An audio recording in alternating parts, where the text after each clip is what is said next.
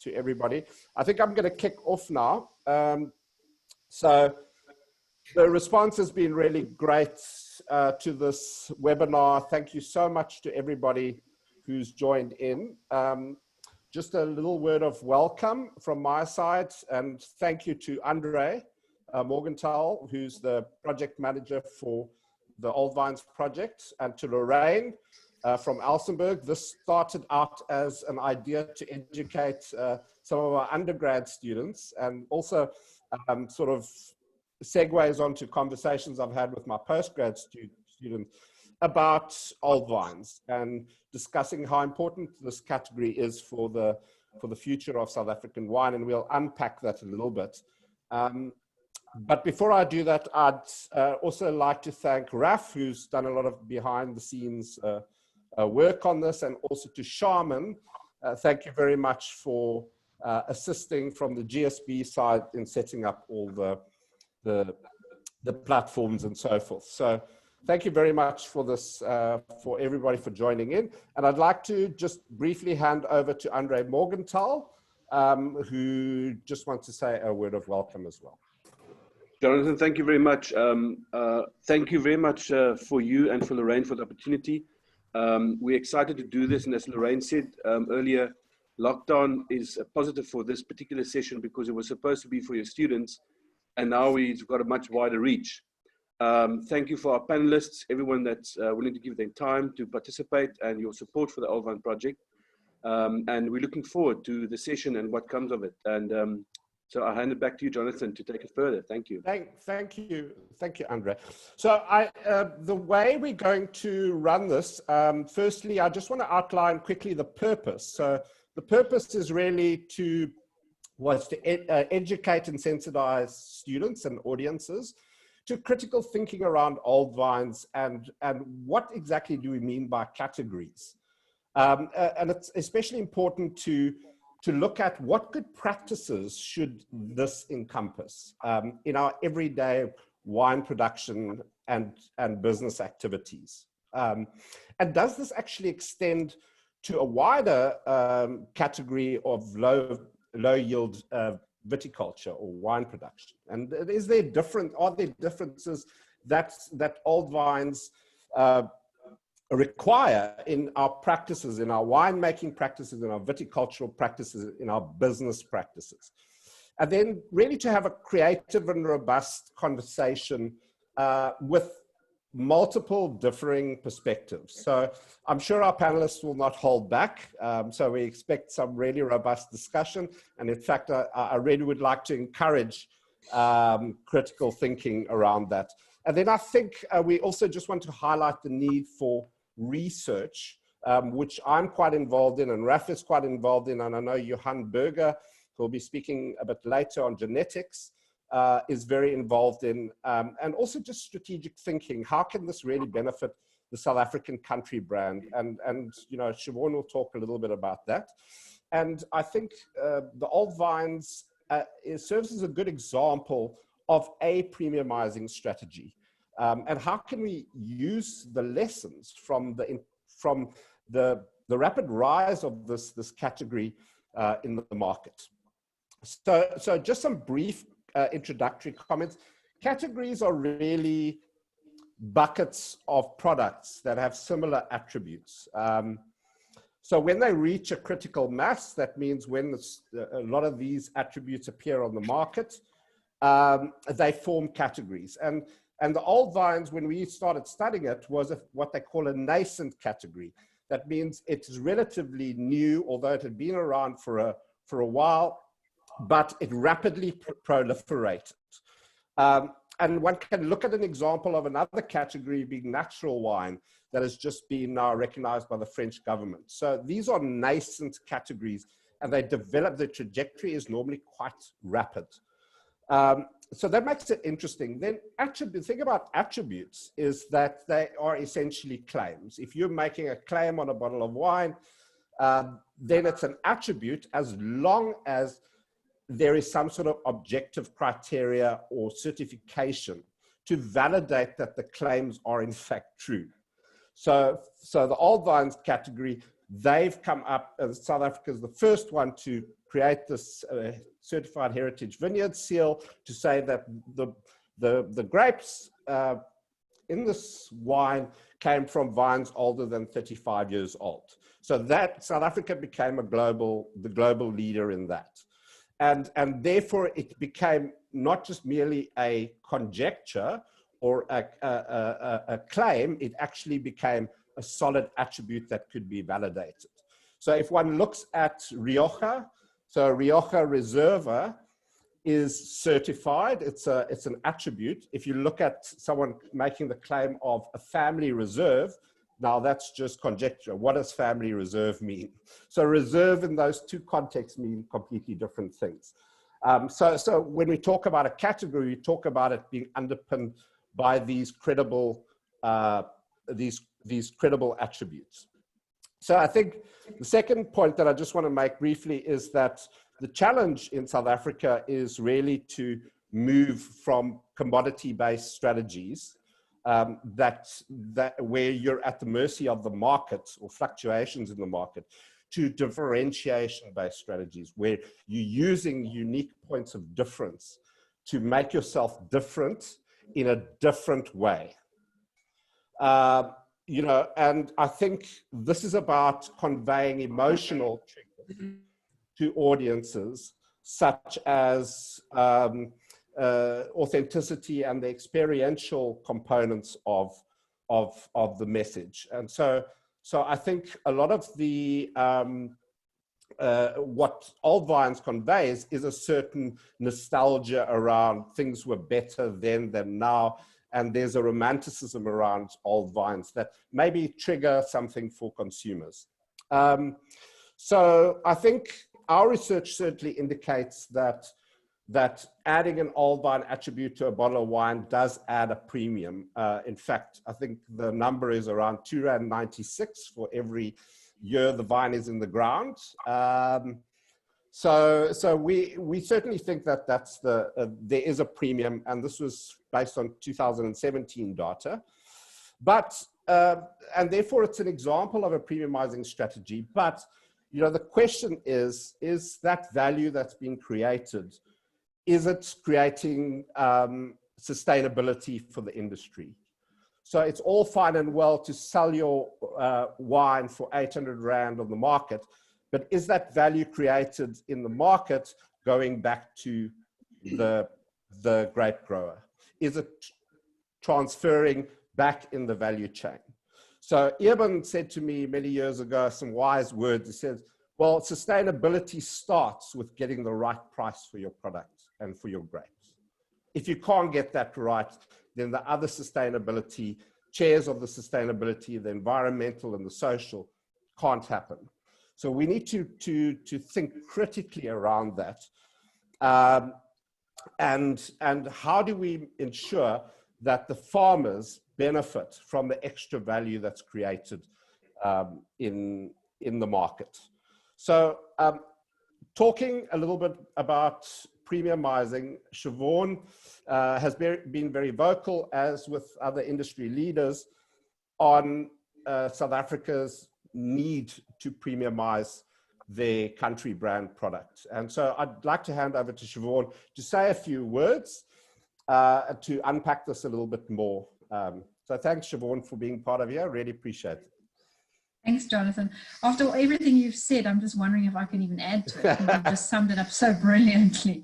So yes, I think what's critical for South Africa is to grow our value proposition and to premiumize. So it's not just about getting extra rand per litre, it's also about getting higher price listings and getting recognition for our premium products. And I think what's very important is you spoke about attributes and what makes us unique. And I think one of the most important things is also to establish our heritage as a country. We've always been spoken about as New World and Old World, and we're exactly that. And I think what's so important about Old Vine Project is it really has helped establish that pillar of heritage and premiumization. And, you know, I think it just demonstrates also how that can be achieved. And I think what's really nice about it is one of the sort of uniquenesses of South Africa, our USP at the moment, is definitely Shinnen. And the old vines links quite nicely into Shin. It's not the only one, but it links perfectly into that. So it's really creating this sort of chain of things that you could speak about to help premiumize brand South Africa. And I really think that the word sustainability is important. And I like that comment about if we don't get more rand for our grapes or for our wine, we can't do what is needed. And I always say that the increase in price per litre goes into the plant and to the people. And that's what's so critical for South Africa right now in terms of sustainability of our vineyards and our people.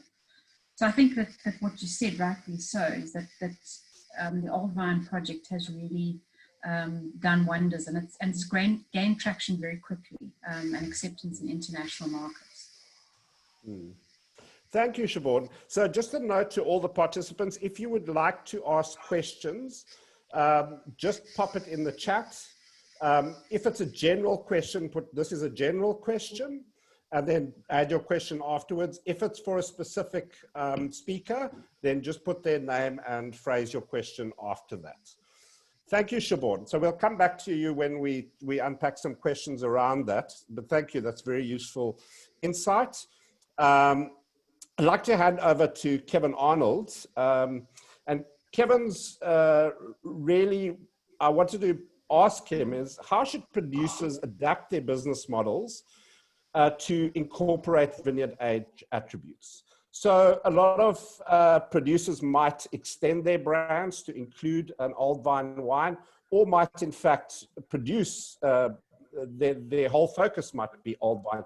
Kevin, what does this imply for business models? Because you're dealing with low yields and you really have to get the right price for your product. Thank you, Jonathan. First and foremost, to add to what Siobhan said, if ever there was a time where South African wine needs premiumization, or what I refer to as upselling, we've needed to do that for some time. And what attracted me to the Old Vine project and why we embraced it as part of our company, as a brand on its own, as part of our stable, was I think OVP offers every wine company the complete package. And by that I mean it's based on, for me, two very, very important aspects of OVP: authenticity and integrity. And therein starts the story of OVP. It's from the soil, it's a vineyard, and it has a story to be told. But the vineyard, whoever is responsible for the vineyard, has to make sure that whatever those grapes that are coming in from those vineyards are of exceptional quality. The winemaking team then have to add to that to produce exceptional quality wine. And then it's over to the marketing team, involving their marketing and sales, to package, price, and push out the ultimate premiumization of something that comes from the soil. And that, for me, is the OVP. There is no other offering in the recent years in the industry that's given you one complete package where you can take it, embrace it into your stable of wines, and be successful at every level. So it's a true team effort. And most importantly, it's based on what I call the footprint. I'm with Eben 100%. It all starts in the soil. And here we have a story which goes back to our history, back to our roots, back to the footprint of everything that we strive to do in terms of creating a great South African wine brand.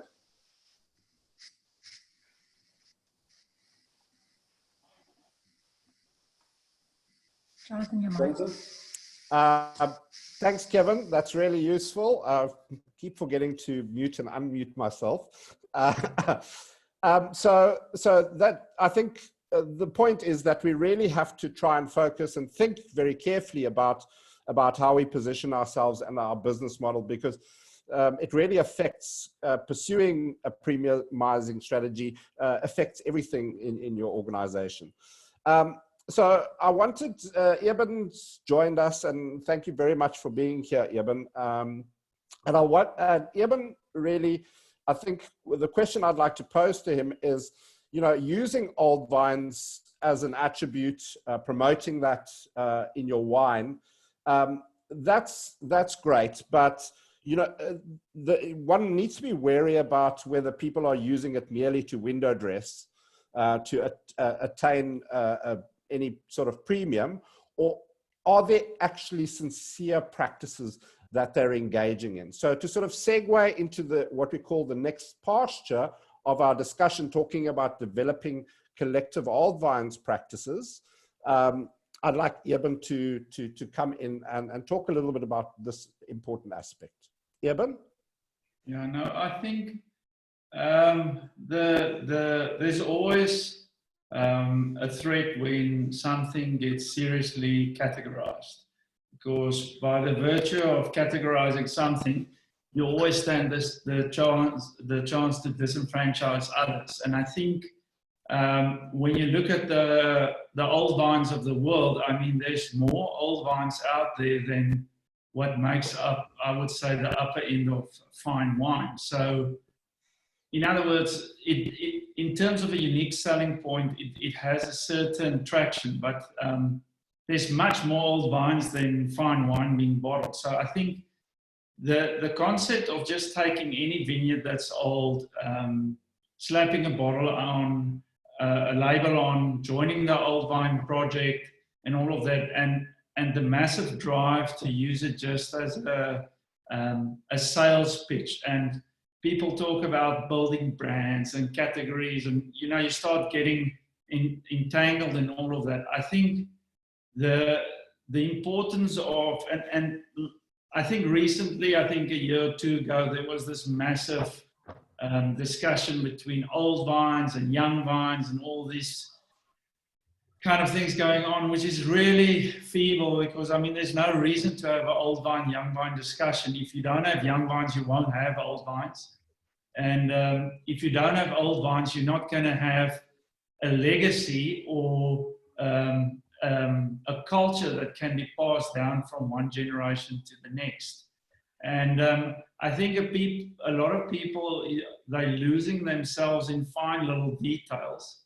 And I mean, South Africa, we're very Anglo-Saxon in origin, so we like to put things in boxes and little squares, and we like to get little places where we can tick the box because it makes us feel safe, and then we want to formalize everything and all of that. Whereas the Latin approach is a much more lucid, live in and live out kind of approach. And I think we, for example, as a producer, we're not driving the old vine thing. Like at for us, it's more important to be established as a fine wine producer first and foremost. And so, by the way, we're working with old vineyards. Because if you hang your coat too many coats too heavy on one hook, that hook will snap at some point, and you're going to sit with a lot of clothing that's really shriveled. So I just think, there are, and I've seen even in South Africa, a lot of people, I mean, you can only have that many old vine Shannons, same story, same weight farm, really no imagination. It all comes down to pretty labels with designer robes and all of that. But I think the culture of farming old vineyards, that's the culture that must come out. And I think there's a responsibility of the individuals and the participants out there in our wine fraternity that needs to go out and actually farm these old vineyards that they look like they cared for. Because I go to too many old vineyard sites and I see all of it's been sprayed by Roundup. There's no real care, no real whatever. The farmer's not really getting paid much more for the grapes. So there's a disconnect. It's all good and well to charge 350 Rand for a bottle of wine, or 600 or 700 Rand for a bottle of wine, and have the measure of upselling. But I think equally the producer needs to know that this very sensitive aspect of our industry is not to be, we can't milk this cow to death. Our old vine vineyards should be the best looking vineyards in our industry. And many of them look very derelict, and many of them are just not in very good state of viticulture. Thank you, Eben. I think that's a great point, which is really going to segue nicely into our second pasture, as I call it. But maybe you can just tell us, because I've been visiting the Mrs. Kirsten Vineyard over the years and also heard the reports of how dramatic the improvement has been in that. So maybe you could just share that story, and then maybe we can get a story from Kevin as well. And then I think we'll circle around to Siobhan to say, well, how can we take what's happening with old vines and really use it for the broader industry? So Eben? I think the Mrs. Kirsten Vineyard was the first vineyard that we took on and decided, at that point we just did the first decade of just producing the Coolamella and Palladius, and I felt like the Coolamella and the Palladius had the benefit of having had a lot of focus, and I felt that the two wines were in a safe space. Not to say we've achieved anything, but the wines were in a good trajectory and we could carry on with the improvements in the wine, but it was a safe place the plane kind of started leveling out. And then we started with the Mrs. Kirsten Vineyard, and the vineyard in the early years were in a really poor condition. And we started at the first harvest, I think we made 3,000 bottles, and 300 bottles. And, you know, when you sell 300 bottles at that time, first of all, I got a lot of slack in the press for charging a premium for the wine. And I had quite a number of very bad reviews on the wine, which I didn't quite understand, because there was no ways those people would have tasted the wines, because none of the wines went into South Africa. These were South African correspondents. So I, till this day, don't know, maybe they taste only London. But so what happened then is, you know, we just carried on. We put our head down and we started focusing on the farming better. And what we did is we didn't put any of the sales of the wine into anything else other than the vineyard. And as the years went by, the production started rising. But actually, with the rise of the production, the quality of the wine rise. In the initial years, the wines used to get incredibly reduced in cask, and it went from a very reductive cycle into a very non-reductive cycle at about 12 months, which showed us there were issues in the vineyard. And we started with various different cover cropping, and we started with composting the vineyard and a lot of things. And in recent years, we started interplanting. And to make a long story short, a lot of efforts later, and I think we've spent about 450,000 rands on that 1 hectare over the past 12 years. We're currently producing 3,500 bottles, you know, and yeah, now the numbers work, but they certainly didn't work for 10 years. But if we were focusing on sales and business and Excel spreadsheets and everything that has a logic, we wouldn't have arrived at 15 years. Because fine wine is something that takes an enormous volume of time. And I think a lot of people don't fully comprehend what it takes to make fine wine. And when you look at any of the success stories in the world, whether it's Bruno Chiacosa in Piemonte or Biondi Santi in Tuscany, or even when you look at very well-known estates like Armand Rousseau or Domaine de la Romanée-Conti in Burgundy, when you actually go read the history, you can't believe how hard it was for them. We just see them today and we think it was good always. It wasn't. 60 years ago, they couldn't get a bottle of Piemontese. You couldn't sell a bottle of Barolo. It was difficult. So we must focus on our vineyards, and I believe if you look after the vineyard will look after you over the long term. Right, thanks, Eben. Kevin, do you want to share what your perspective on this is? In terms of what you've done at Waterford? Yeah, Waterford got involved with Chenin Blanc. And it is a case of, you know, my sort of 30-odd years being on the Helderberg, knowing the neighbors. We found these Chenin Blanc vineyards on the slopes of the Helderberg, and that's where we started. And as Eben says, you know, although we don't own the vineyards, it's all about relationships. So our viticulturist, David van Skalkwyk, and our winemaker, Mark Leroux, spend a lot of time visiting the owners, or this particular owner where we started, and others in more recent years, where we started our old vine project with these vineyards. And they've taken a lot of sort of effort in terms of giving advice, asking the owner if they could try different aspects of grape farming or pruning. I think Rosa has played a massive role in taking leadership and helping people understand the importance of pruning of old vines. And that's really where Waterford started. So we're relatively new in the project. But as I said earlier, I think old vines are really about the soil. It's our respect of where they've come from. We think we know where we're going, but at the end of the day, what we don't put into these old vineyards, we'll never know in the future for our young vineyards. So again, it's a bit like the library. Our future depends on what we learn from these old vineyards to know how to manage our own young vineyards. And very shortly, in a couple of years, we'll have one of our first old vine Chardonnays from Waterford. So that's very exciting. So everything we're learning through the project of old vine vineyards in and around Stellenbosch, we can put to practice in our very own Chardonnay. Great. Thanks, Kevin. We've just got a question. I see Eben got a question, specifically, what do you do in the Mrs. Kirsten vineyard to improve it? And Eben responded, we have interplanted a vineyard. So maybe you just want to talk a little bit about that, Eben? I think the first thing is you must, obviously, you can't farm gaps. And that's where it also becomes a challenge, because are you going to take, say a vineyard is 40 years old, it's got a 35% absence of vines.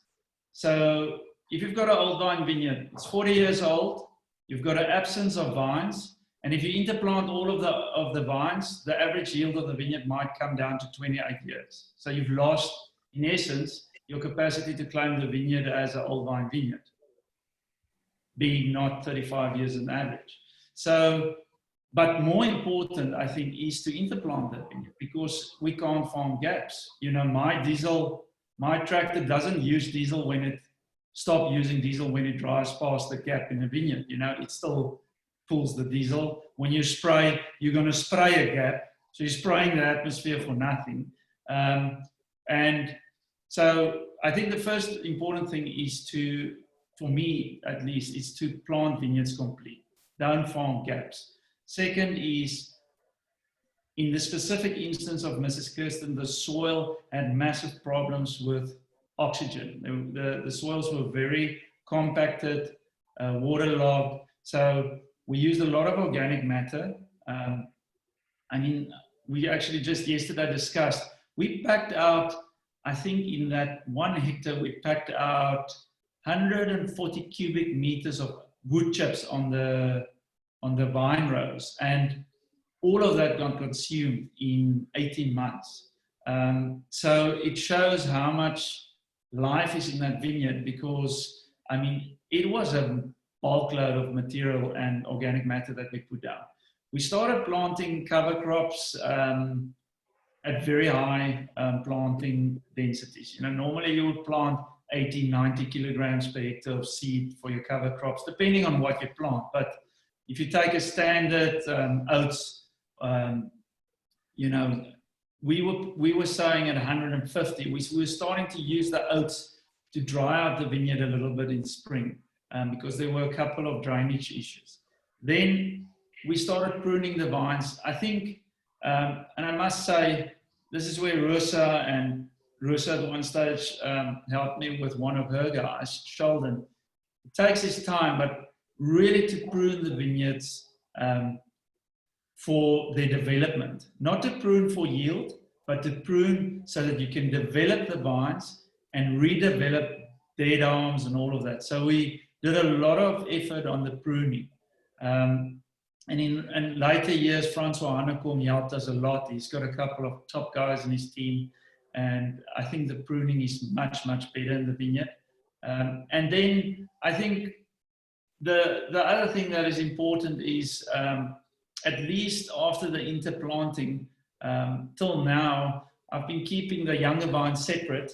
They're getting interesting, but they're not, and this is very, very I mean, this is how it is. The young vines just doesn't have, within the same vineyards, the same depth as the older vines. But, you know, in time, we will introduce those grapes. I don't know if it's next year or the year thereafter. This year, the young grapes were really, really good. So, yeah, it's a process, and it doesn't come overnight. But the vineyard is in much better standing. I think there's still 80 vines missing, which is really irritating me. So we will interplant them this year. Thanks, Eben. I want to bring Rosa in on this discussion so we can segue to our new pasture. But I want just to get a quick snap from Siobhan, just how we can use what we've learned here and especially for the old vines category and being premium strategy for South Africa as a whole. I think it's quite an interesting conversation for me. It crystallized a few things. You know, this whole thing of quality and premiumization is critical for us. And listening to Eben talking about a culture of farming, to me, I always go, what does the consumer think? Or what are we going to ask the consumer if we put this bottle in front of them and to answer the question? And to me, it was very much about old vines as a guarantee of quality. And that I will pay extra for this bottle of wine because I know that these old vines have been loved and cared for over many years. So it's so important to bring in that culture of farming into this value proposition that you're going to talk to consumers about, because they develop a relationship with it. You know, they know this product is loved, it's cared, the heritage is there, which we're all about. So it's such a strong underpinner of quality, and I think that's exactly what the teams have been using. So yeah, Eben, thanks. It was actually a great listening to you on that. always good to hear from Eben. But I'd like to switch now to Rosa, who's one of the key protagonists in the whole old vine story, talking a little bit about how you came up with 35 years old as a marker of vineyard age or significant threshold for vineyard age, and talk a little bit about maybe your experience and also then the need to educate people in the industry about old vines. Thank you, Jonathan, and thank you everyone for joining. Kevin, Arnold, thank you. André, Rudiger, everybody. I just want to start by saying the project or the movement started many years ago, primarily as a viticultural movement. We first always look at the viticulture. When André joined 3-4 years ago, we had like a blueprint, and the first sentence said, this is a viticultural movement. So we primarily look at the vineyards, and the fact that André is doing a fantastic job on the marketing, and it is that's not our primary focus. Our primary focus is on the vineyards. In the newsletter that we sent out, and I think also in the membership agreement, we do have a couple of suggestions on how to do the viticulture without breaking the bank. And I must say, many of the farmers that we have been working with have, by themselves, just because it's common sense for anyone that knows about farming. It's actually common sense. These vineyards have just been neglected for so many years, and now people focus more on them. I think of the vineyard at Johann Burger, that beautiful old Shannon vineyard, and now it's flourished since we've done a small couple of things. It doesn't have to be expensive. A couple of small things to it. I think of André Molyneux's Sinso vineyard next to the main road here, that we lifted substantially in tonnage by doing small things. We concentrate on pruning, of course, because that is the most important thing. And that's a lecture on its own. In terms of the 35 years, it was a thumbs up, honestly. I traveled the world. I've been to many old vineyards all over the world. And I come back to South Africa. If you get 35 years in this climate, 35 years old, I think you have arrived at a place where you, I don't know why I did 35 years. It just seemed to be a good number at the time. in other countries, I think André can support me on that, we seem to be internationally accepted at 35 years.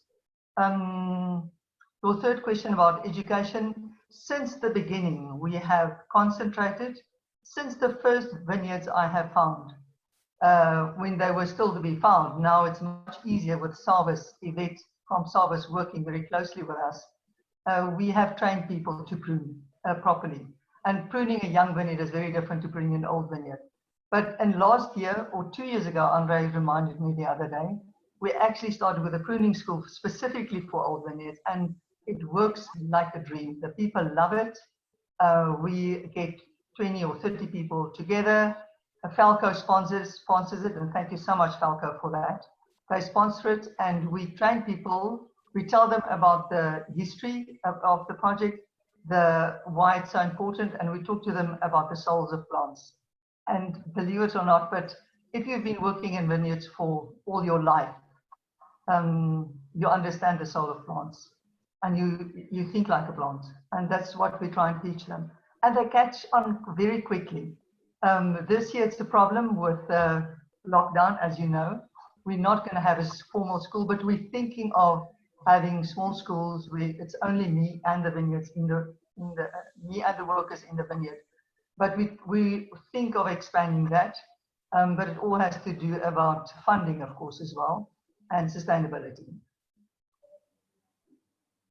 Thank you, Rosa. I'd like to introduce now Professor Johann Burger, who's a geneticist, and he can talk a little bit about the genetic differences between young and old vines. Johann, do you also think like a plant? Is Johann there? Yeah, right. A different perspective altogether. I'm fascinated to listen to you guys. You know, and people ask me why, you know, genetics is such a wide open field. Why the hell do you struggle to fiddle with a perennial woody crop that is difficult to work with? And I can honestly say it's just because I love the product so much. It's as simple as that.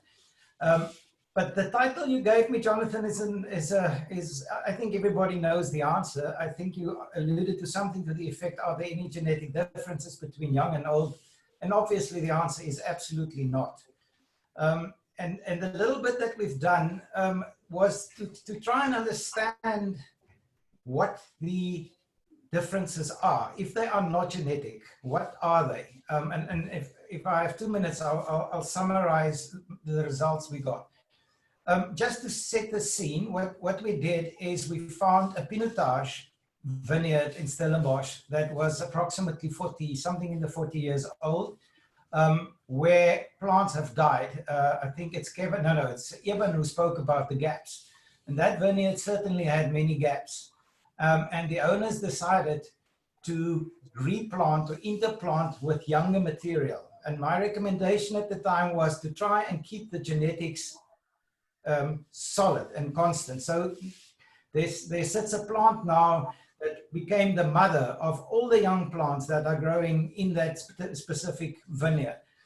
So for me as a scientist, that was a fantastic platform to try and understand the differences between young and old, because now I had a pinotage clone 6 something or the other from a single plant.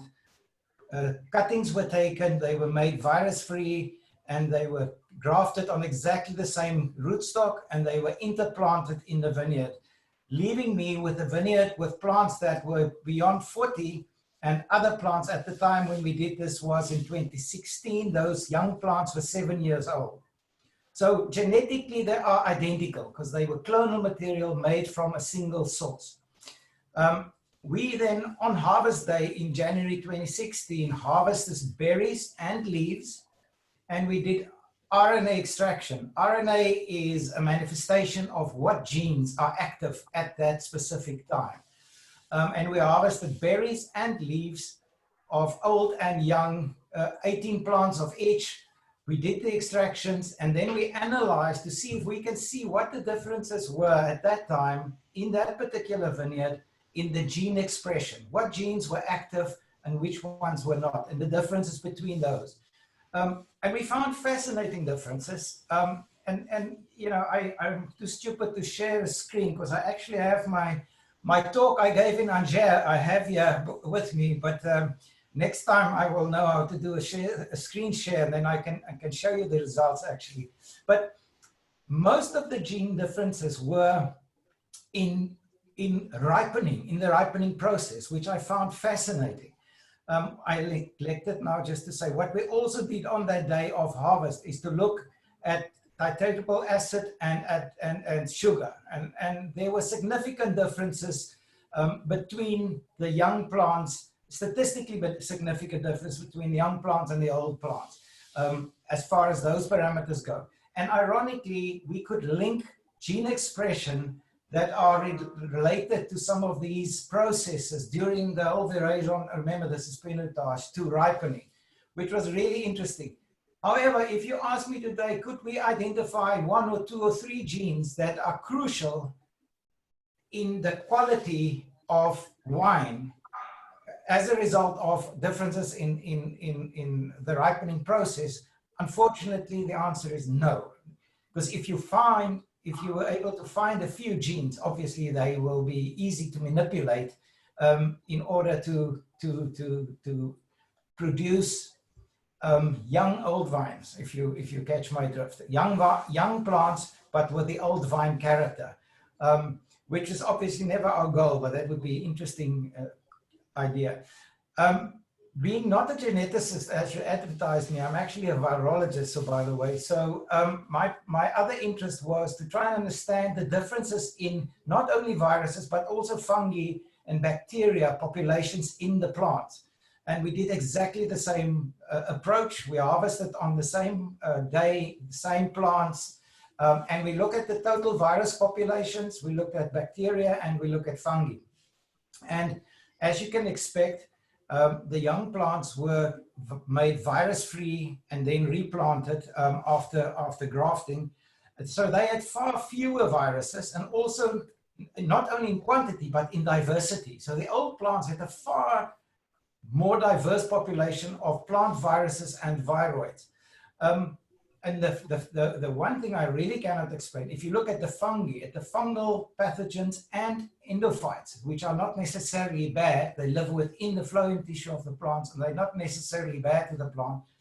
There, the diversity of fungi in the younger plants were far higher than in the old plants, which is a bit difficult to understand because the viruses make sense. Time allows for these viruses to accumulate over a long, long time, but one would argue that the same happens for fungi. So I can't answer that one. And that leaves it more or less where we left it. My current hypothesis is that the gene expression differences that we see is not a genetic difference, it's because the genes are in both plants, but in the expression. And that expression is a brand new, wonderful science called epigenetics, which is genetics on top of genetics, if you like, whereby the gene expression is regulated through a process of methylation. Very technical, but that's where I want to go next and try and understand if I can explain the gene expression differences between young and old. So in a nutshell, that's what we did. If there are questions, I'm happy to try and answer. Wonderful. Thank you, Johann. I think the first time Johann spoke to me, I didn't even understand what he was saying. And André and I were actually sitting together having a glass of wine, and we were saying, okay, but now let's just translate that for us, please. You know.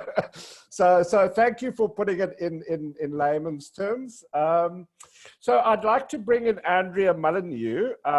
Andrea, thank you very much for being part of this. And I know she's got strong feelings on how treating old vine grapes in your winemaking practices, which I wasn't even aware of, how these are different. Do you treat them differently, André? Yeah, absolutely. First, thank you for having me, and thank you for everyone who's watching. It's a new world we're living in, so it's great to be able to do this. But what's not new are the old vines, obviously. And I always compare vines and vineyards to members of a family, and each one contributes differently. So the young vines contribute differently than the old vines. Old vines add a different conversation to that family. And you know, for me, it's important to listen to what those grapes in those vineyards want to say. So for me, what they contribute is a better acid balance, you know, not necessarily higher, but a better balance, more texture, more mouthfeel, more complex fruit concentration. You know, young vines have more vibrant fruit, but old vines have more complex, more layered fruit that I expect from them. Better physiological ripeness, so that therefore they're more buffered against the changes from year to year. And that gives them thicker skins as well, because of the better physiological ripeness. Thicker skins mean more phenolics, oftentimes positive phenolics as well. There's many kinds of phenolics, and better disease resistance. So obviously those things in the vineyard all contribute to what happens in the winery as well. And so for wine making, we need to listen to viticulturally what we're being told so that we can tell that story back into the bottle. And so therefore I feel it's important to be the custodian of the wine, not the maker of the wine, when it comes to old vines, because then otherwise you start to negate that story that needs to be told.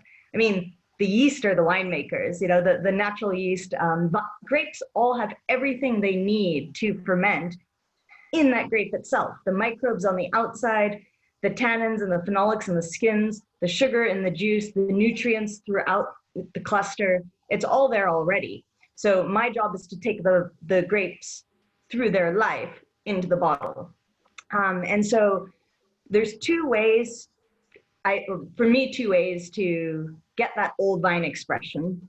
One, to celebrate the vinous aspects. So I already said that, you know, that acid balance, that complex layered fruit, the mouthfeel, the texture that you get from old vines. The important thing about letting that shine through is to have it be enhanced mostly by, you know, you can be blending the varieties together, you can be blending sites together, but you want all those old vine characters to come through. But for me, even more than that is when you're celebrating the site itself.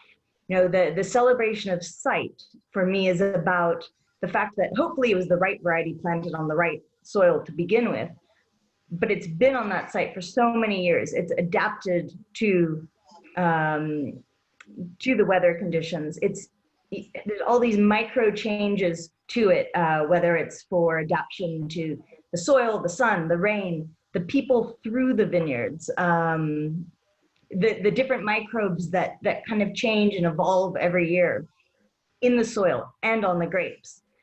And so by celebrating that site, you're celebrating the whole aspect of not just the wine, but where it came from as well.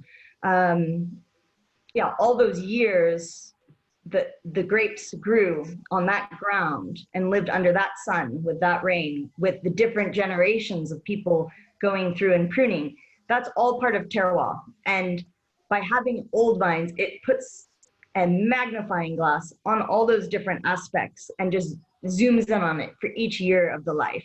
So, yeah, to answer your question, in the winery, it's more about being hands-off to celebrate that than hands-on and forcing something through. But you do need to be aware that you know, sometimes the intensity that you can get from old vines, especially in the skins, you know, maybe sometimes you want to be a little bit more gentle with the skins, for example. So that way it's not about extraction, it's about letting all those terroir aspects shine through. Thank you, Andrea. That was very, very insightful. I think it's a valuable point you made about being hands-off and not trying to overwork.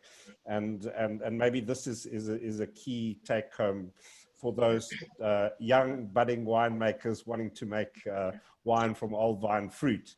So segueing onto that, I'd like to bring in Lorraine, who's my colleague at Elsenburg, and she's coming from her home cellar, which she just finished. I would like to be there with you today and drink some of your wine. Welcome, Lorraine. We will still do that tasting. Jonathan, for me, actually, for once, I don't have a lot to say. Can you believe that? But I'll try and keep it short. But for me, there's actually a lot of comparisons or resemblances between wine education and an old vine. What does an old vine brought to us? It's brought to us a sense of uniqueness, an individuality. We're talking about a personality, and Eben also spoke that we are pruning these vines very differently. Now, once we start, and you're going to see at the end of my 3 minutes, you're going to understand what I mean. But once we start to think like this, we start to treat these vines differently, which means that we cannot use the same rules, and one size doesn't fit to all of this. Now, I don't have all the answers, but the thing with wine education is that you have access to people who's got most of the answers, or sometimes all the answers. And this platform is a very good example of wine education in the current situation that we're finding ourselves. We've opened this to so many people to join in this conversation, and that we all start to speak and understand this thing a little bit better. I remember in the beginning, Jonathan, I used to make, like 15 years ago, I used to make my classes compulsory because, I thought that's the way to go. And nowadays, the last 10 years, I don't. And my classes are just as full. And there's a few reasons for that, because as long as we make something interesting, people will pay attention. And I think I've led, and my colleagues have led with a certain sense of passion for what we do. And when you do that, when you lead with passion, you start to cultivate that in your students. And now that's why they attend these things, because they don't want to miss out. Jonathan, I do believe there's a new generation of young winemakers. I can see it. They're humble. They really are. They're humble, and they've got a sense of paying it forward. Now, I have to tell you that this is not happening by chance. This is not, this just doesn't happen. It's by careful design. And the answer to this is a personal nature, to have a personal relationship with the people that you are working, whether it's wine education, whether it's in your environment, in your vineyard. The best stories are being told from the personal and the personality stories. I think it's important to tutor the students in life, and not only about viticulture and about winemaking, so that they are part of a connection or a network. And Eben was a bit before me. I was very upset when I saw that, because he put a quote on a bottle of wine that I really wanted to put on a bottle of wine, but I don't have a bottle of commercial wine. And we both agree that education is the most powerful tool that we can use to change this world. So the message that I want to get across with education is to talk about the people behind it. Talk about the people behind Skurfberg, behind the Footpad, behind La Colline in Franschhoek. Talk about Basie van Lille, because those are the stories. And you might ask why. Why is this important? Because it gives your life meaning. It cultivates a respect that otherwise would not be there. Currently, we're sitting in the situation of social distancing. What's the thing that you all miss the most? You all miss an interaction, a social interaction with a braai, a beer, a glass of wine, or whatever. And that is what gives your life the meaning. So as long as we do wine education or vineyard or old vine education and keep it personal, and then, as you can see, there's no easy way out. There's only the long way around. And that's the most difficult, and that's why it's successful. Thanks, Jonathan. Thanks, Lorraine. So I want to put it to this panel, and Eben and anyone else wanting to jump in, Kevin. I've had a few questions, which is great. So I think one of the questions was, if vineyards are supposed to only be productively viable for 35 to 50 years before replanting, how does the Old Vines Project overcome some of the practicalities of productivity? And then the other question was around how does the use of conventional agriculture, for example, the use of herbicides, etc., how does that awareness play into or segue into the whole vines? Old vines, can we call it a culture or a mentality? Maybe Rosa, you want to jump in first? I have never been prescriptive. I've never told people exactly what to do. I've just suggested to them what to do. And we've always, since the beginning of the project, we've really tried to set a standard of integrity. So many people say to me, in the beginning, people used to say, aren't you worried that you might get a lot of second-class wines called old vines. And it didn't happen because there's a set standard of integrity. We have not, André would correct me on that, but we have not yet found a wine that was really not good enough. And I think it's very important that we are the Old Vine Project is a completely open, it's for everybody. It's not only for the top winemakers, it's for everybody. That the only qualification is that you must have old vineyards. Then we suggest that you don't use herbicides, that you use kelp-based product to help with the health of the plant. There's certain guidelines. So to tell a farmer not to use herbicide when he's not making a profit already, and that he must do manual scoffling at 3,000 Rand a hectare, where you can use herbicide at 500 Rand a hectare, is a bit presumptuous of me. I don't prescribe. I will suggest.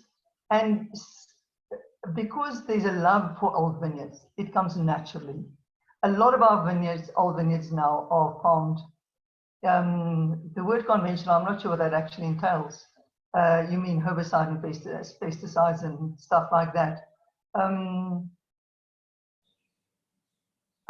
won't prescribe to a farmer. I would ask him to do it more naturally, which is the way old vines like it, and it seems to work. Yes, that's my answer. Jonathan, I have a comment. Lorraine, Eben, Kevin? Andrea? I think we could also ask Rudiger Gretschel because he's been farming a... Okay, he's coming in now. He's gonna be quite controversial, but we're gonna build that up. Him and Michael are gonna talk. But Andrea, maybe you can just Eben, yes? I just want to, on this topic, I've been reading quite a bit, because somewhere in South Africa, it seems every time we try and build momentum in this country, something happens. And so I've been reading quite a bit of the older works, and I don't know, I'll try and share this thing. I don't know if I can share it, but can I put something up on the screen? Sure. Just press share screen. Is it available to you? Can everybody see this? Yeah. So this is an extraction from a piece that was written by Dr. Hahn, and he wrote this in 1888, and I'll just read it.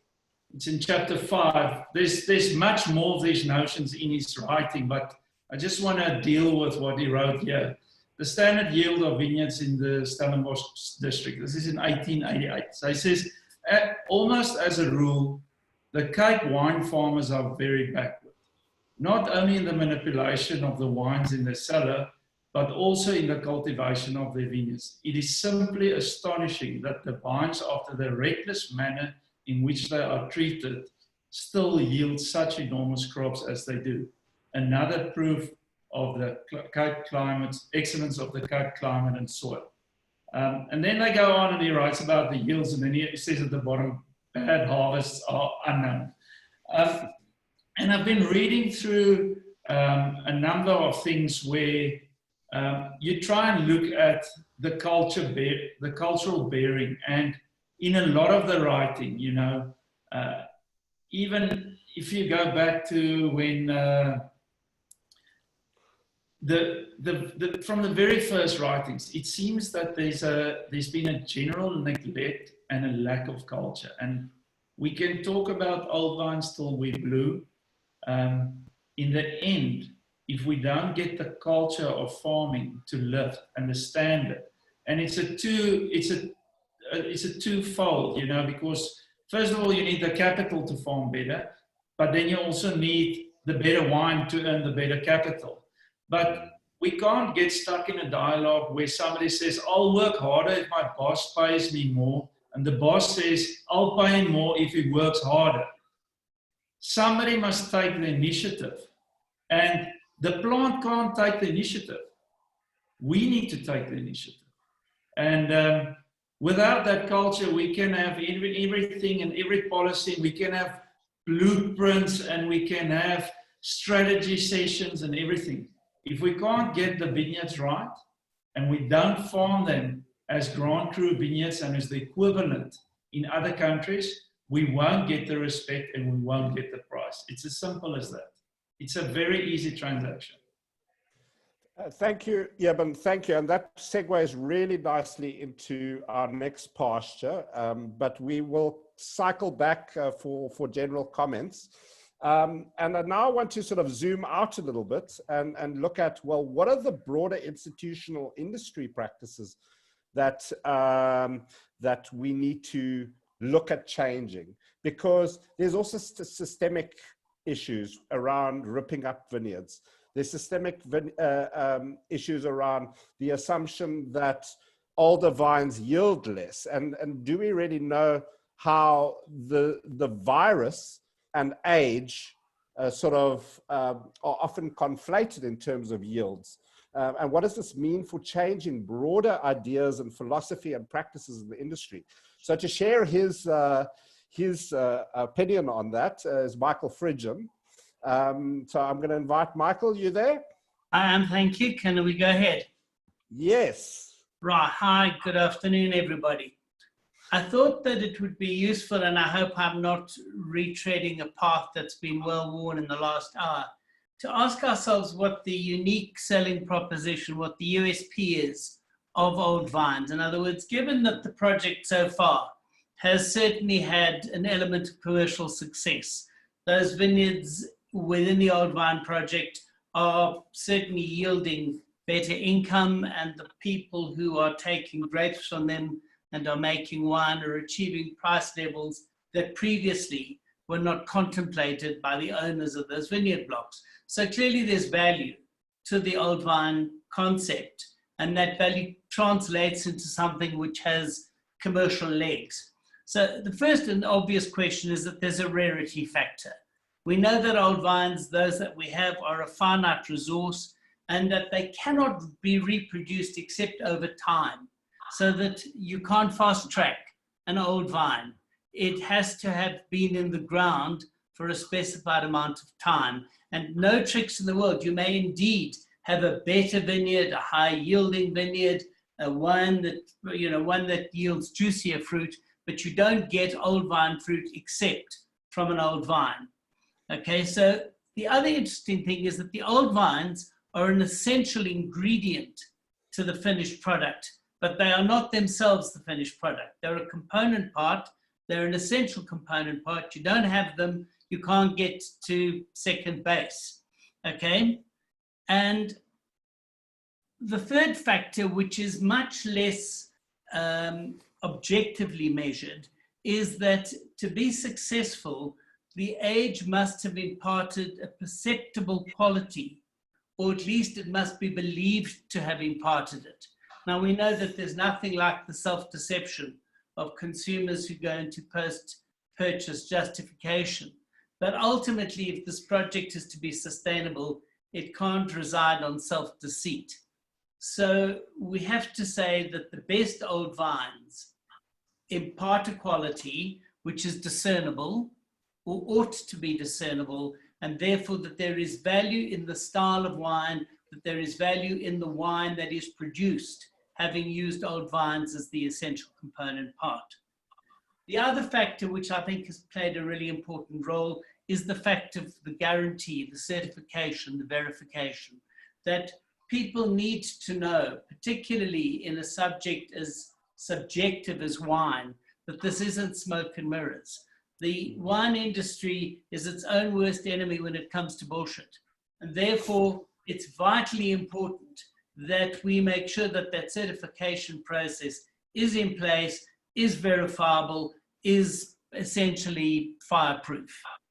And that means that we lead to the final question, which is in fact about the winemakers. There has to be a congruence between the credentials of the vine and the credentials of the winemaker.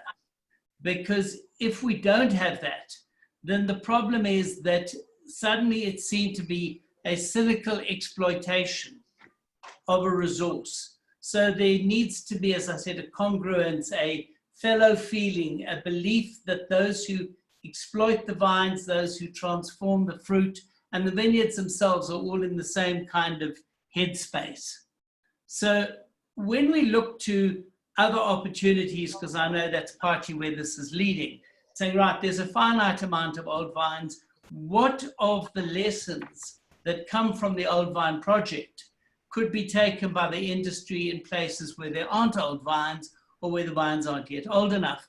And the problem is almost everything you look at, if you try and take those 5 points, those defining 5 points, if you try and take them and apply them outside of the old vine project, you immediately start wandering into a minefield, because the first question is rarity, and it has to be genuine, and in a way it has to be verifiable. So you could have rarity based on site.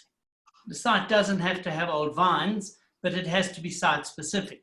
That works perfectly well throughout the world, the old world. Any Burgundy vineyard will tell you the story is much more about site than the age of the vines. The fact that there are many old vines in specific sites in Burgundy doesn't change the fact that people who buy those wines are buying them firstly and foremostly because of the appellation contrôlée, the fact that the site is the primary selling point. So site specificity is available to the industry irrespective of old vines, okay? And that site specificity is certifiable in the same way that old vines are certified, okay? And it does in a way follow that the question of producer credentials, the congruence between the vineyard and the person who's transforming the grapes into the wine, that there has to be a natural and credible fit. And we know how this works without bandying names around, whether it's Urban or a Richard Kershaw. When you've got a winemaker and a site, and the two of them come together, it doesn't matter necessarily if it's an old vine site. So Richard sells wines that are site specific, but he doesn't necessarily sell them from certified old vine sites. The fact is the market attributes value to the congruence of the correct exploitation of a site-specific resource. And that is a valuable message to the industry about how the value of the old vine project could be extended beyond the current body of old vines. But it needs a number of things to be done. Firstly, as we approach this, do we want it to dilute the value of old vines? So do we want to allow that if you are making a wine which partially comes from old vines, do we want to allow a declaration to that effect on the label? It adds value to the industry, but always at the price of where it's taking the value away from. So you make a wine that is a Chenin, 50% from old vines, 50% from non-certified old vines. The question is, can you add value there without diluting the brand value of old vine certification? That's one question. The second question is, are there other alternatives open to the industry that don't necessarily compromise the old vine benefits? So for example, bush vines. You know, bush vines have got a nice sound and feel. If you've certified it as a bush vine vineyard, whether it's an old vine vineyard or not, does that contribute the idea of enhanced rarity, enhanced quality appeal? I'm just raising it. Can we risk a derivative certification? Every time you create a new certification, you diminish the other one. So we've got certification for site, for area, for origin, for old vines. If we want to introduce another factor outside of the old vine project so that the industry can use the lessons learned from old vines, my big concern is that we face a dilution of what has been achieved by the old vine project without a commensurate gain, certainly not for the old vine people, maybe just for everybody else who's climbing on the bandwagon. So then we move on to some of the questions that are quite specific to Jonathan's seminar. The first part about old vines and aspirant old vines is we need to preserve them. It is so self-evident that we need to remind ourselves that because they're irreplaceable except with time, A, they need to be preserved, but B, just like a schooling system, if you don't have kids in grade 1, you're not going to have them in the high school. It's a prerequisite, so that if the old vines are at the stage of tertiary education, you need to have primary and secondary education in order to get them there. And that's a very important component, and it's one I think we should really be focusing on now. If we want that, in other words, if we want to have the equivalent of students who will be good enough to go to university at the tertiary level, we definitely need to make sure that the primary and the secondary education is the right education, which means that the management of those vineyards has to begin long before they become potentially old vine territory. And that starts with the questions certainly around virus protocols, which means that we need to look at the vineyards that do impart real value and may not yet be, they may be 20 years out of the old vine project, but if we know that they're really good vineyards, that they really do have site-specific fruit, then it is essential that we start preserving them. And the first thing we have to do is apply the protocols to ensure that the virus doesn't overtake the vineyard before it reaches old vine age. Okay? We need to have a basis of determining that they can lend long-term value. There's absolutely no point, the equivalent, to go back to my metaphor of schooling, of wasting the best education on something which is never going to graduate. So we need to be sure that we understand what it is we're seeking that vineyard to deliver by the time we take it into the schooling system that will finally graduate it into an old vine, which means that we need to train the teachers. And that in turn means that we need to have vineyard managers who need to be schooled before the old vine stage in what is required. So it's not only about protocols around virus, it's about the total management of that vineyard to make sure that it gets to an old age in a condition to be of value. Which means, of course, we have to start that process of identification now. And that comes with a cost, because we're asking for something to pass through a schooling system when it's only got commercial, or it only achieves its full commercial value when it becomes a graduate. But it should be able to have added value for every year that it's been at school. That's how schools work. That's how a graduation program works. And we need to apply the same logic and do what we can to ensure that those vineyards earn more money for those that have them, so that they are not tempted to overexploit them and exhaust them before they come to the old vine stage. And the final thought that I have on the subject is that for this to happen, in a way, the club has to be opened. There is always a danger about clubs, that the ones on the inside want to keep everybody else on the outside. And I don't think that that is a wise strategy in this context. We've got 3,000 whatever hectares of old vines. We've got 90,000 hectares of vineyard. We're not expecting 80% of that 90,000 hectares necessarily to offer us this. But the point is that there are plenty of people who are potential owners of old vine vineyards, and they need to understand what it is that the Old Vine Project is about if they're to embrace the idea at a stage well ahead of that vineyard developing to the point where it is valuable as an old vine vineyard. I think those are the points that I wanted to make as opening remarks. Thank you, Michael. That was very, very insightful and beautifully put. And I think it segues nicely into what the Old Vine Project is current focus is on actually planting to grow old. So as a strategy going forward, and I don't know, Rosa's that's very close to her heart, and change that culture of vine production.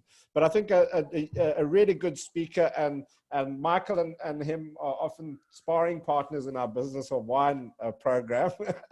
I'd like to bring on Rudiger Gretschel to talk a little bit about industry practices.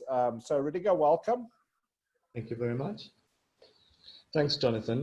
I don't think I'll be sparring with Michael today because I probably agree with that. Maybe just to follow onto it and answer some of those questions which are relevant, which Michael poses, because I think a lot of that is essentially happening by itself as this thing is developing. You know, if I listen to Lorraine speaking earlier, what is very true in all of this, you know, what makes this so great, and normally what makes, you know, anything successful in wine, is that this hasn't been thought up in by a marketing team, you know, in the 5th floor in some Cape Town skyscraper. You know, this was, Rosa started this project out of love for the vineyard, you know, and trying to preserve something that she realized is special and can make something special. You know, that was the start out of it, you know, for absolutely no personal gain whatsoever. It was really just trying to give back. So it's done out of the right reasons, and it's been completely authentic. And that has grown, you know, with, you know, Mr. Rupert being kind enough to sponsor and put a little bit of money into this. Rosa realized this was growing out of her hands, and she's managed to put André in charge of it, who's kind of taken it, I guess, to the level where we can all sit together on a Friday afternoon and have a discussion about it, you know. So if I know what Rosa's already doing, carrying on with pruning processes and so forth, I think there's going to be a national or a development, a natural development that I think very much will answer a lot of the relevant questions you've posed, Michael, you know, in order to kind of make this thing sustainable and lasting and being long term.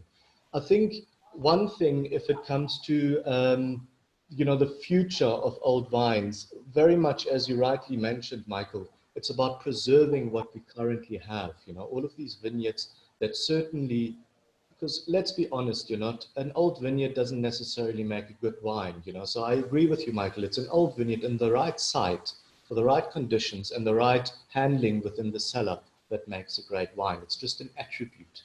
But we understand the vineyards, you know, these few hundreds of hectares which we have, where we have these special pockets that make these special wines, and you know, I guess they're all made by this select club of few people who are privileged enough to be working with these grapes.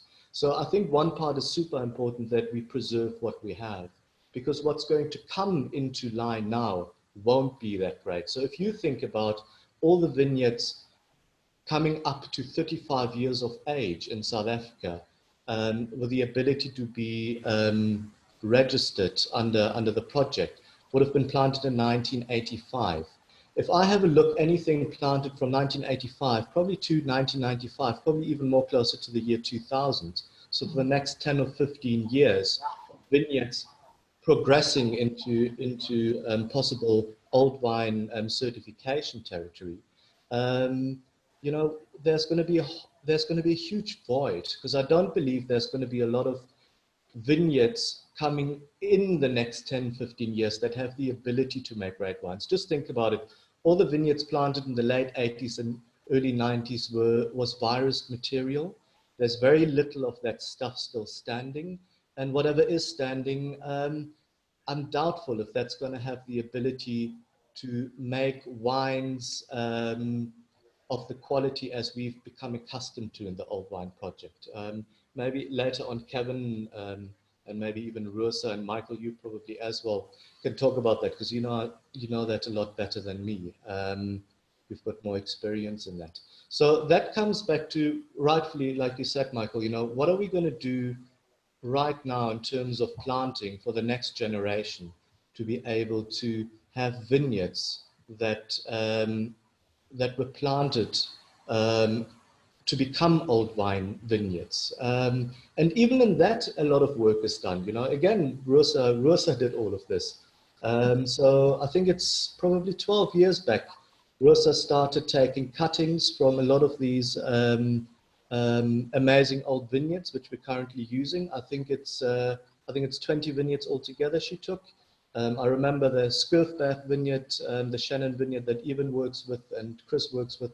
That's one part of it. There was an amazing vineyard in the Pickeneers Kloof, the old Rauch Grenache vineyard, which was a Grenache grape that looked completely different to how we understand old vine Grenache in South Africa. Rosa had the foresight then already to take cuttings of it. That vineyard was now pulled out recently and it's become a citrus orchard after Mr. Rauch sold the farm. The old, I think it's the Fond and Hanepoort vineyard that was planted in 1882. She's got cuttings of that. Adi's old Sinzer vineyards. And these cuttings, which she took 12 years ago, they all went to Vitytech. Vitytech has been cleaning them up from the virus. They've been propagated and grown. And essentially, you can now order these materials commercially. I think from next year onwards, you can get the first stockies which you would be able to plant. So even there, you know, it's essentially 12 years of work already done. From next year onwards, you can take some of this genetic material, like Johann said, there's something special about that, and you can replant that. And you know, with the intellectual capacity which we have over the last, I guess, 10, 15 years, which we've acquired trying to understand these old vineyards, just not alone from pruning, but also kind of what type of soils do they need to grow in order to become old, you know? What type of rootstock seem to be, you know, planted in the 70s and the 40s where these vineyards are still standing? You know, that should give us a whole lot of insight, or has given us a lot of insight, that whoever is looking to plant something for the next generation, the information is pretty much there. And I think it's happening already, you know, but just speak from ourselves, you know, we are, you know, Rosa points out a site and said, this is a great site to be planting, you know, semi-brie with the view of the next generation to make something. And we're taking it seriously and we're doing it. So I think it's got a very bright future. I think it's a world category already, if you like. It's obviously nice to be the first and to own that, and we have that. So I think there's a huge amount of potential. I think we need to foster it, and we need to keep on going like we are going, and just just be authentic, you know, and honest and truthful, because you normally get caught out if you bullshit. Cool. Thank you. That's great. So, I want to now just round off this discussion. Then I'll cycle back to Kevin and Rosa and Michael again to sort of round out our discussion, and then André to say a few concluding words of thanks. So I'd like to introduce Raymond van Niekerk for those who haven't met him. He's an adjunct professor at GSB. He likes to drink wine, but he's famously known for being the global marketing director for Investec, and came up with the Zebra, which you should ask him to tell you that story sometime. A very interesting story about authenticity. Welcome, Raymond. Thanks, Jonathan.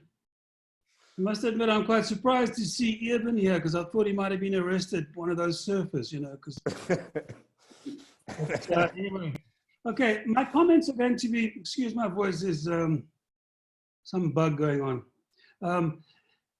My comments are going to be fairly general in a sense, rather than wine industry specific, for the simple reason that I don't have the level of insight that you guys have into your industry. I've had some dealings with some of you and some people within the industry, but not obviously to the level you have. So take whatever I say, discard it or apply it to your context, but don't take it literally, because it's probably not going to be literally relevant in every case. So to the points, a lot of this stuff that kind of fits into the marketing stuff has been mentioned by a number of people, and to use Michael's words, I don't want to tread too much in that well-worn path already, but some of the things bear emphasizing and accentuating. So the first thing is, you're going to have to distinguish. Look, one of the characteristics of your industry is nobody agrees on the fucking time of day. Okay, I haven't met two people in this business that actually can agree on anything.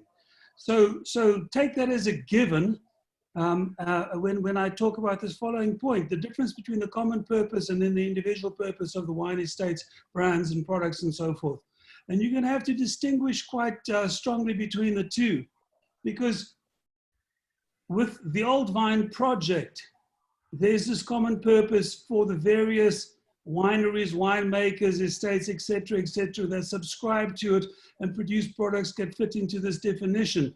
But the reality is each one of them does things in their own way, bottles in their own way, packages in their own way, communicates in their own way, and so forth. And you're going to have to distinguish between the two, because otherwise you will publicize your differences rather than publicize your unity.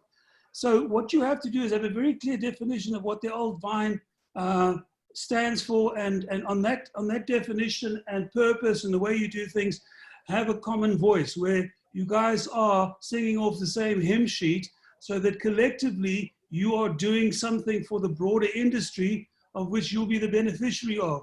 When you're doing your own stuff, you know, if you've been selling Skurfberg or Kevin's selling, you know, the gem, or André is selling some of the Schiss products, then you do your own thing, but just make sure where you collaborate, you actually collaborate and don't emphasize the differences.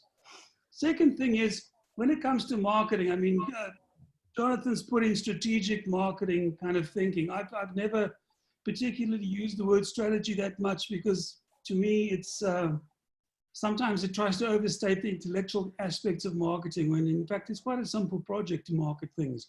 The principles at least, the actual execution maybe not so much. But there are three things you have to do. It's just three initials, TEL, trust, expertise, and liking. The first and most important one is trust. In any category of any product, in any industry, in any country, anywhere in the world, if you're selling to human beings, trust is the most important thing. Now that trust aspect has a whole bunch of subsets to it. But if I don't trust that the Old Vine project and the markings that indicate that you're part of it mean something, and that something is credible and so forth, then the project's wasted. Don't bother. So trust. Everything you do is like, is this going to contribute to people believing in, and the words that Kevin used, authenticity and integrity. Do people believe that what you're doing is going to tie into that? So, and by the way, with your normal brands as well, you know, with your own products, not just with the project itself. That's the first and foremost thing. And everything you do, you know, the difference between reputation and branding is very simple. Reputation is everything you've done until now. And that's what I think of you. Branding is what I expect from you in the future. And this is where this stuff becomes quite critical. The second thing is expertise. It doesn't help. You've got a trustworthy brand. I believe in you and I have faith in you.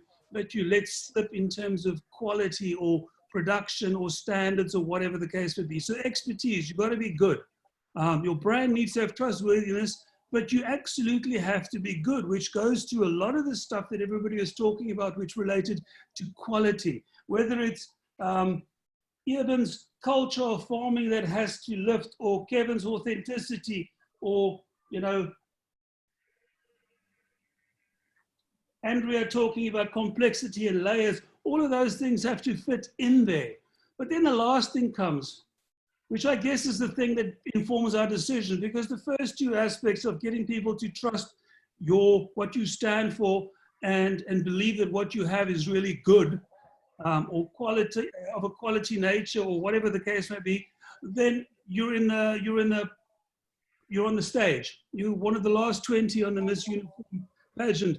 Everybody's beautiful, everybody's intelligent, everybody wants to save the fucking world or something.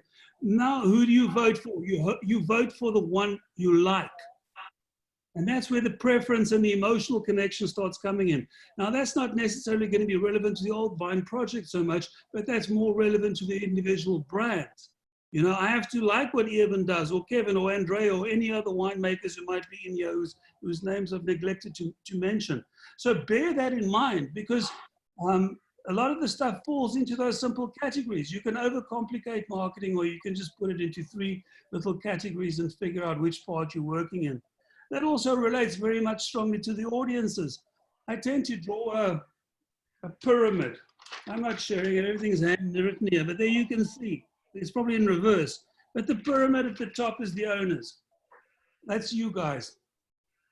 Whether you're the winemaker owner or the owner or whatever the case may be, the way you see your products and so forth is very different to the way some of your staff see them, the guys on the side, and very different to the way the consumers see them. And in the consumers, there are many different types of consumers. I mean, there are hundreds of categories of people in this wine buying industry. You know, they're appreciators. Some of them might be online at the moment. I see there's still 87 attendees left.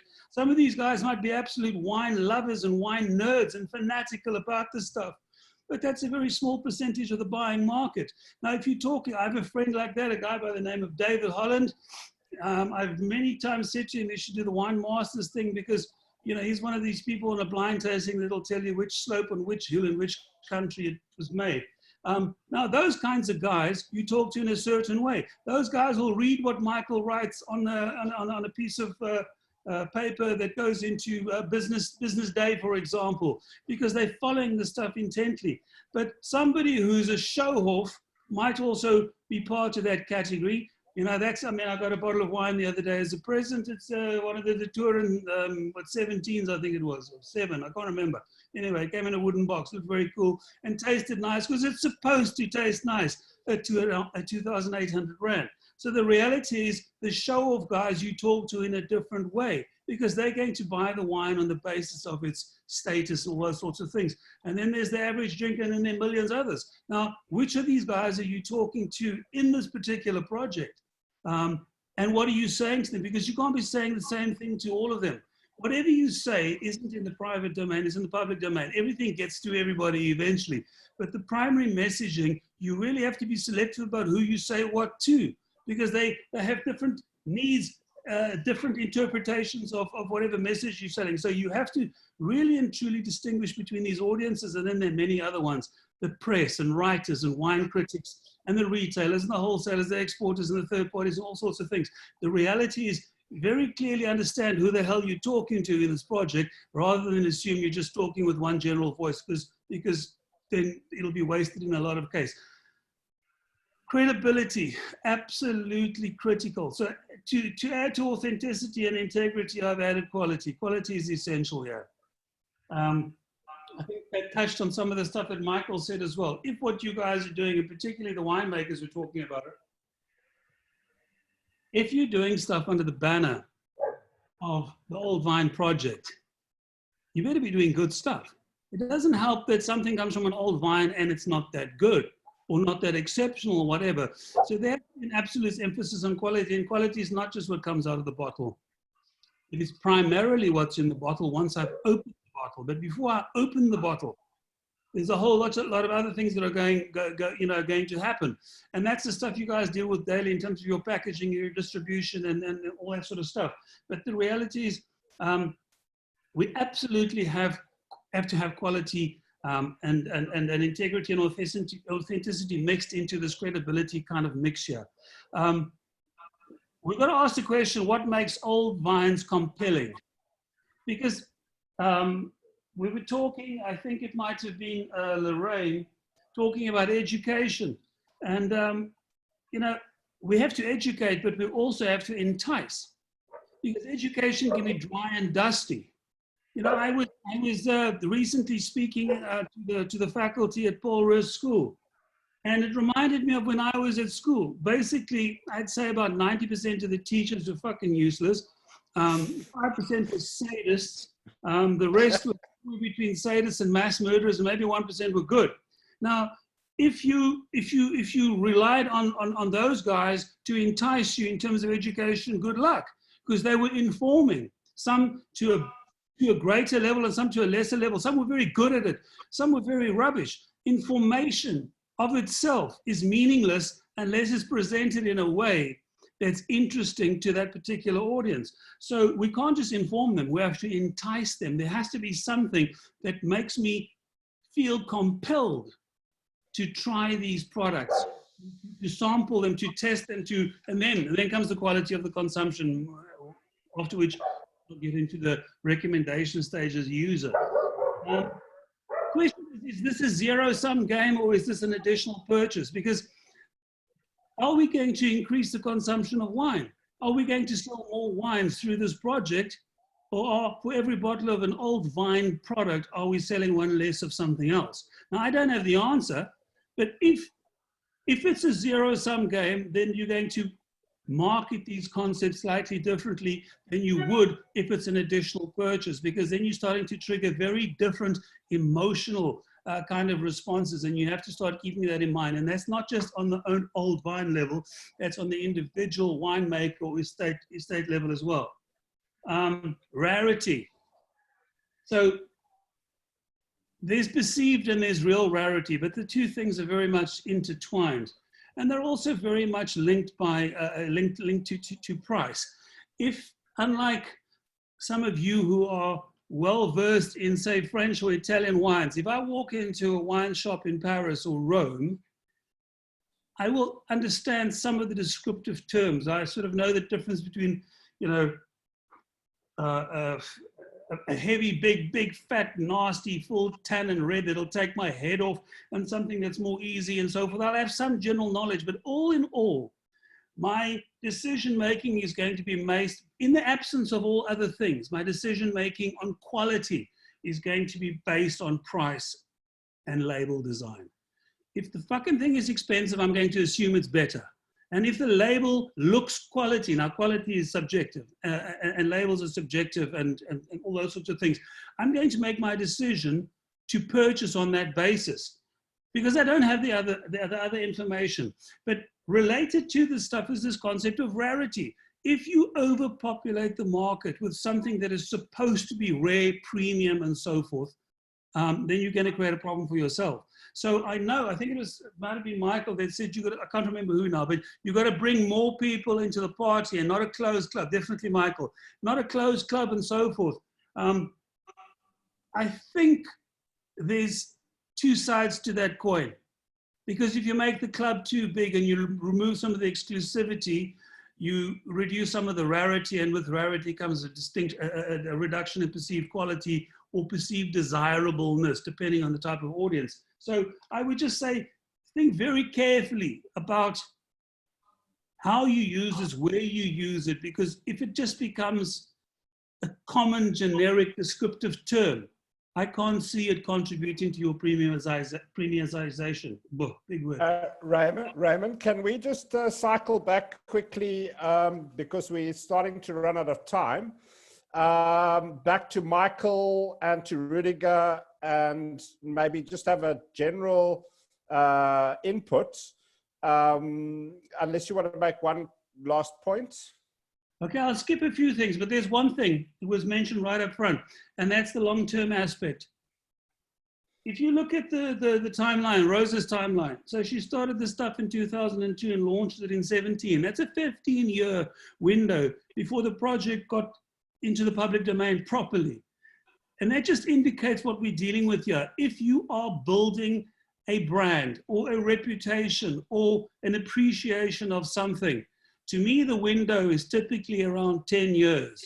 You know, the first 3 years, you're just making mistakes. By year 5, you've figured out what you're doing. And then it becomes really difficult, because now you've got to start discarding stuff and you're not sure exactly about stuff. So this is a long-term game. I wouldn't expect too much too soon, and I wouldn't try to rush things. I would play the long game on this one, because you want to make sure that you add a certain amount of gravitas to this thing, a certain amount of desirability. So don't think short-term little quick wins, because, you know, the industry is in shit. Your industry is basically on its backside, which quite a few are at the moment.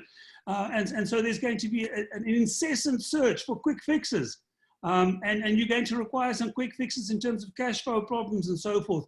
But in terms of building reputation and desire, you've got to think long-term. I think that's enough for me. Okay, Michael, you want to pick up on that long game, and maybe Rosa, Rudiger, as a sort of final discussion point? I think there's been a lot said, and I think that Raymond's contribution has been invaluable. because I think that we do have to understand that what is happening here are two semi-parallel projects. The one is actually building the resource. The second is communicating its value. And to do the one without the other is partially a waste of time and high risk, because if the people involved in the communication are not respectful of what it is about and what they should be doing, if they make mistakes that affect reputationally the element component, the vineyard part, the bare resource side, it's enormously damaging and it can wreck years of work. So I don't think there's anything I'd really like to add, except to say that I think that Raymond's lessons are vitally important, including the educating and the enticing part. The one thing I would like to clarify is my saying that the club shouldn't be exclusive is not about diluting the concepts of entry. It's about making sure that people who are candidates for the club are taken in as early as possible and are groomed precisely so that we don't have those mistakes made which ultimately compromise what everyone is trying to do. But that's it from me. Thanks very much. Great. Thanks, Michael. I know Siobhan is about to leave, so maybe, Siobhan, you want to just say one or two things on that? Or maybe she's left already. Okay, so maybe we can just get Rudiger to cycle around and Rosa, and then André, if you can come in just to make some final comments, that would be great. Rudiger? Well, like Ivan showed us earlier, you know, it's in 1880 we weren't able to farm, and 140 years later we're still not able to farm. So I don't think this is gonna go quickly. I agree with you, Raymond. You know, this should be a long-term strategy, and I think it's very much headed in that way. I'm not that worried about it. I think we need you guys more than anything else in order to give us the cash, which we greatly desire over the next probably couple of years to kind of get us going. Yeah, no, I thought it was great. It was a very relevant topic to chat about.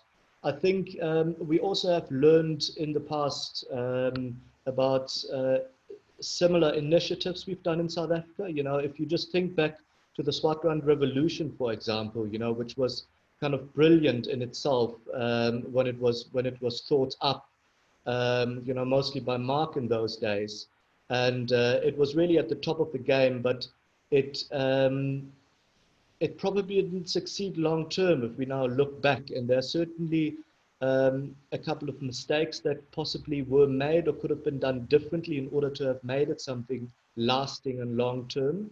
And I think we should draw back on some of the things we've learned there in order not to make the same mistakes for this project, you know, admittedly, which is very different, but certainly should hopefully still be around for the next generation, because we're making the commitment now and planting those vineyards for the next generation. Right. Thank you very much.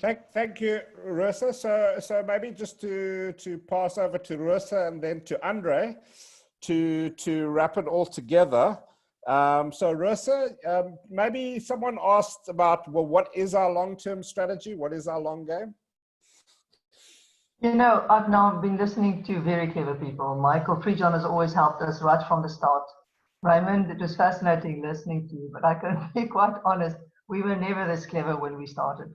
I saw old vineyards, I loved them. I tasted the wines, I loved the wines, and I thought everybody could benefit from it. And that's how it started. You are so clever in terms of your answers, but we started so simply. I just want to say two things. With education, we really need to educate the farm managers, and we need to educate the people that farm the land. That for me is crucial. Secondly, it's not an exclusive club, and it will never be. The club can never be too big because there's not enough vineyards. But that's why we started including the co-ops, not only the rock stars, but now the co-ops are also making one. And the co-ops are the people that sit on the biggest, the most vineyards of old vines. Secondly, self-policing. The quality comes inherently from old vineyards. Not all old vineyards make good wine, but a lot of them do. And I've seen over the years that winemakers would present wines and say, what do you think? And if it's not good enough, if it's not on par with the standard that's already been set, they withdraw it. And that for me is a good thing because it comes from the winemakers themselves. But I would love to listen to André. But thank you, Raymond, and thank you, everybody. I think it's amazing to see a project that started so small get so much interest. It's great. André, last but not least, I think the man of the moment, you want to wrap up and say a few words in conclusion? Not so much man of the moment. There's been the pearls have been rolling this afternoon. I have to say it is incredibly. I don't know. It's amazing to see where we got from 3-4 years ago, with the support of Mr. Rupert's funding, RUSA putting me in this position and approaching me to run this. As someone said earlier, to sit on the Friday afternoon for almost 2 hours and talk about the Old Vine project. I definitely learned a lot today. My job's cut out for me. I learned again, but I hear that every day from RUSA. So I would like to thank all of you for your time and your contribution. Most of you spend a lot of time with me to help me shape this project and to get direction, because when we started, it was a very dark and cold place. There was no manual. We spent 1.5 years just talking to people, and most of you were there to help us guide. And then later on, Falco and Amarim came along to help us with our sponsorship. So I think primarily, I'm not going to try and even sum up everything of today, because it's pretty clear. The way forward is our challenge. The warm fuzzy feeling is over. It's the sobriety of real business now. It is about the financial stability of the Old Vine project, and the business model for our growers and our brand owners, especially in this time, a very, very challenging time. We are going to run another session in a couple of weeks' time. We had too many people and too much information for one day. So I'd like to thank again Jonathan and Lorraine as our hosts, our speakers. We're going to put together another panel for a couple of weeks' time, and we're going to cover the relevance of the seal, the research that Jonathan has done. We're going to pull in Chenin Blanc in terms of their research to see how we can take it forward sustainably. Thank you very much. Have a great weekend, and enjoy the Old Vine wines. Thanks, André, and thanks everyone. I think Eben wanted to had a final pearl of wisdom he wanted to share. Eben? Eben, unmute. Yes, Jonathan, I just want to tell Rudika that I don't think the revolution there were any mistakes. I just think, you know, the only mistake might have been that it carried on for too long. You can only revolt for that long, my friend. Then you must start working. Yeah. And then the last thing is I'll share another last screen. This is a picture that I took many years ago of somebody that's very dear to very many of us, and I know very much to Rosa. In the Swartland, we have a saying, of jy bekak die wingerd, of die wingerd bekak vir jou. And what that means is, either you compost or you care for the vineyard, or the vineyard's going to shit on you. And I hope everybody gets out there and go work in the vineyards. It's the season for feeding. Okay, thank you very much, everybody. I think it was an amazing seminar with some really interesting and exceptional insights. So I'd like to thank you and encourage you all to be part of the next session, where we'll be doing a little bit of a deeper dive onto some of the some issues. Today was just like broad strokes, and I think to get an idea of the lay of the land, and it's really interesting, a fertile ground for research. And we'll talk a little bit about how we how we're sort of looking at that aspect. So thank you very much, everybody. And thank you to André, to all the panelists, to Lorraine and to Raf in the background, who's been sending me a lot of questions while we've been busy with this. So thank you very much. And we look forward to meeting again in a couple of weeks. Thanks so much. Cheers, Jonathan. Cheers. Cheers, guys. Thanks. Cheers all.